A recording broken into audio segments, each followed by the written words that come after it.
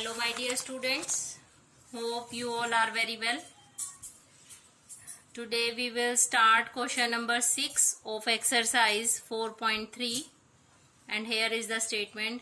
If the work done by a body on application of a constant force, work done बताया गया है कि इस पर एक constant force पर is directly proportional to the distance traveled by the body. और ये जो फोर्स लग रहा है, वर्क डन जो हो रहा है फोर्स पर, ये डायरेक्टली प्रोपोर्शनल है किसके बेटा? डिस्टेंस के.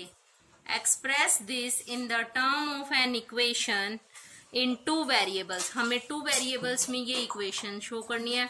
And draw the graph of the same by taking the constant force as 5 unit. और हमें कांस्टेंट फोर्स को क्या लेना है? 5 यूनिट्स. ठीक है. Also read from the graph work done when the distance travelled by the body is this and this. तो और हमें ग्राफ से डिस्टेंस ट्रेवल्ड भी निकालना है. डिस्टेंस ट्रेवल्ड अगर ये है तो वर्क डन निकालना है. तो बेटे हमारे पास इसमें दो चीजें हैं. हमारे पास दो चीजें हैं, एक तो क्या वर्क डन और दूसरा क्या है हमारे पास? Distance travelled. हम दोनों को ही लेट कर लेते हैं. देखिए बेटा हमने लेट किया. Let the work done equals to y units. Work done को क्या लेट कर लिया? y units. Distance travelled equals to x unit. ठीक है. और डिस्टेंस ट्रेवल्ड को हमने क्या लेट कर लिया बेटा? x unit. ठीक है. दोनों चीजों को मैंने लेट कर लिया. कांस्टेंट फोर्स हमें क्या गिवन है बेटे? 5 यूनिट्स. कांस्टेंट फोर्स क्या गिवन है? 5 यूनिट. अब हमें क्वेश्चन में क्या गिवन था कि जो वर्क डन है वो डायरेक्टली प्रोपोर्शनल. ये हमारा डायरेक्टली प्रोपोर्शनल का साइन होता है. डायरेक्टली प्रोपोर्शनल है किसके? डिस्टेंस के.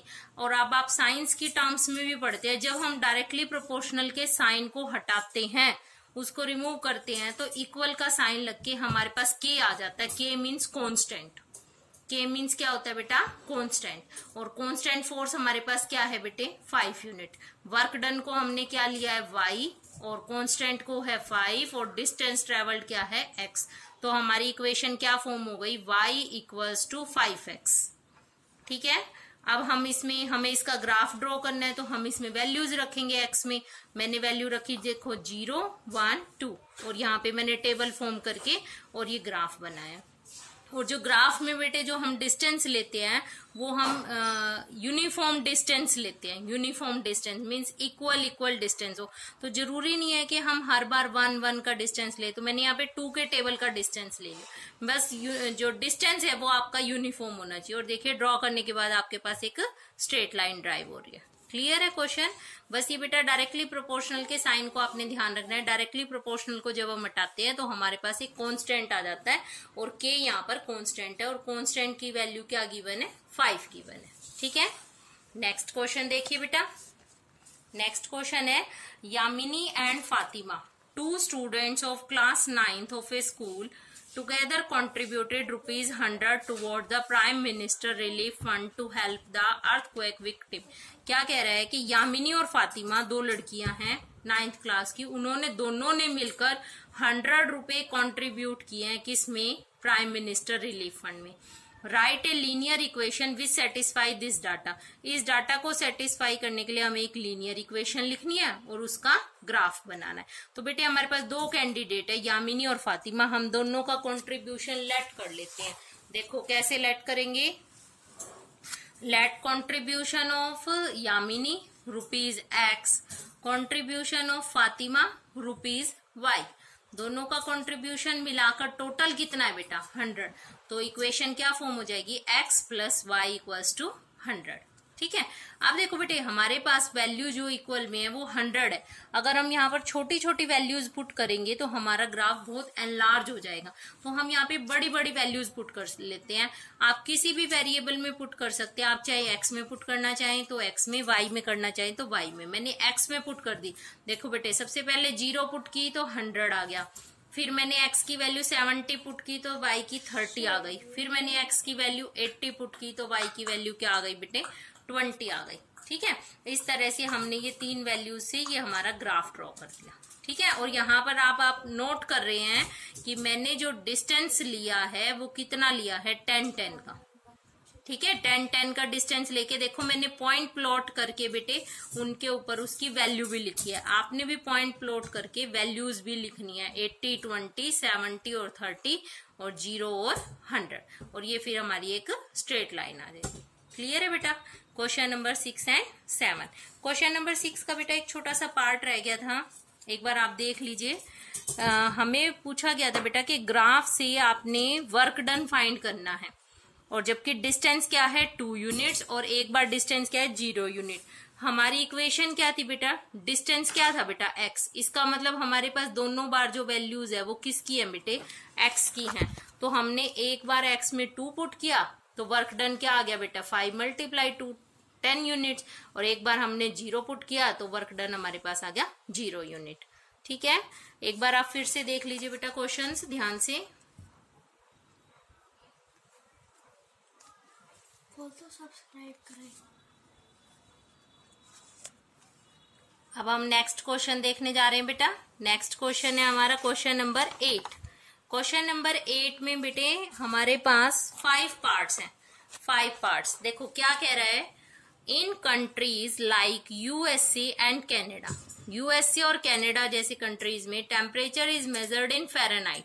वहां पे जो टेम्परेचर है वो किस में मेजर किया जाता है? फ़ारेनहाइट में। और इंडिया में किस में किया जाता है बेटा? सेल्सियस में। आप साइंस में भी ये फॉर्मूला पढ़ते हो, linear equation that convert Fahrenheit to Celsius. आपने साइंस में फॉर्मूला पढ़ा है फ़ारेनहाइट को सेल्सियस में कन्वर्ट करने का और सेल्सियस को फ़ारेनहाइट में कन्वर्ट करने का। तो फॉर्मूला होता है बेटा F = 9/5C + 32। 9/5C + 32 ये हमारे पास फॉर्मूला होता है इसका।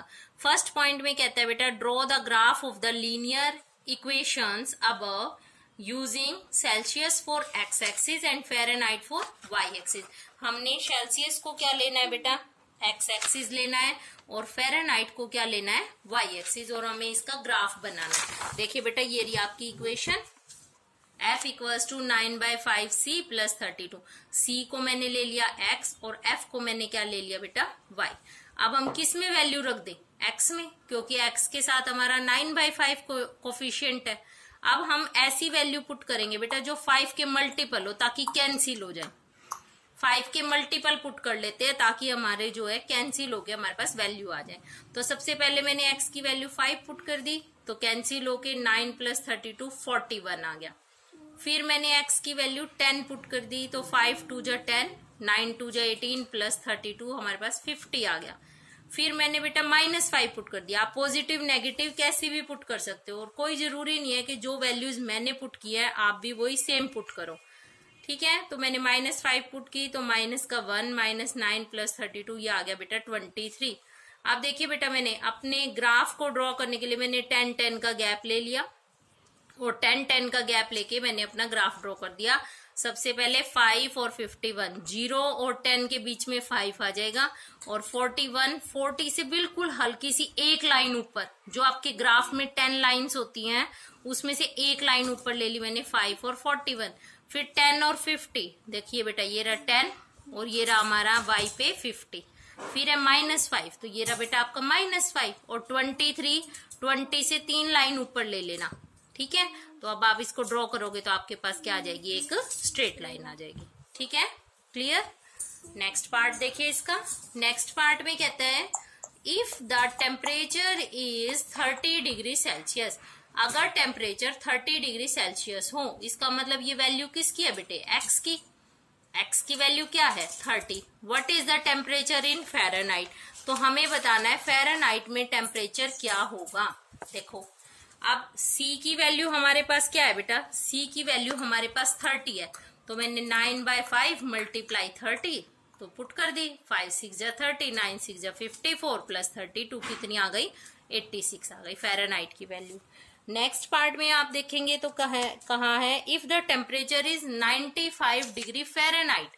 अब फ़ारेनहाइट की वैल्यू है कितनी? 95, तो हमें सेल्सियस की बतानी है। 95 = 9/5C + 32। सबसे पहले प्लस का 32 इधर शिफ्ट करेंगे, माइनस का हो जाएगा तो ये बचा आपके पास 63, अब 9/5 है तो इसका रेसिप्रोकल हो जाएगा 5/9। 9 7 जा 63, तो 7 5 जा 35 डिग्री क्या आ जाएगी सेल्सियस की वैल्यू। ठीक है, जिसकी भी वैल्यू गिवन है बेटा वहीं पे आपने उसको पुट कर देना है। फिर फोर्थ पार्ट में कहता है इफ द टेम्परेचर, नहीं थर्ड पार्ट में कहता है, सेकंड और थर्ड पार्ट आपके हो गए हैं। फोर्थ पार्ट में बेटे मैंने फोर्थ पार्ट को 2 टाइम्स कर दिया, देखो ये रहा fourth part. 9 if the temperature is 0 degree Celsius, अगर टेम्परेचर 0 डिग्री सेल्सियस हो, what is the temperature in Fahrenheit, अगर सेल्सियस में 0 हो तो फ़ारेनहाइट में बताओ। And if the temperature is 0 degree Fahrenheit, अगर टेम्परेचर फ़ारेनहाइट में 0 हो तो सेल्सियस में बताओ। मीन्स एक बार C की वैल्यू 0 हो, एक बार F की वैल्यू 0, तो दोनों बार आप वैल्यू रख दो बेटा। पहले हमने C को 0 रखा तो 9/5 इंटू 0, तो ये बन गया 0 प्लस 32, क्या आ जाएगा बेटा 32। अब इसमें रखेंगे तो F की वैल्यू 0 है, 9/5 C प्लस 32, प्लस का 32 इधर आकर माइनस का बन गया। 9/5 का रेसिप्रोकल किया 5/9, तो ये आ गया माइनस का 160/9। तो सेल्सियस की वैल्यू कितनी आ गई, माइनस का 160/9 डिग्री, और फ़ारेनहाइट में क्या आ जाएगी 32 डिग्री। लास्ट पार्ट देखिए, is there a temperature which is numerically the same in both Fahrenheit and Celsius. क्या कहना चाहता है कि क्या कोई ऐसा टेम्परेचर है जिसपे फ़ारेनहाइट और सेल्सियस इक्वल वैल्यू देते हैं।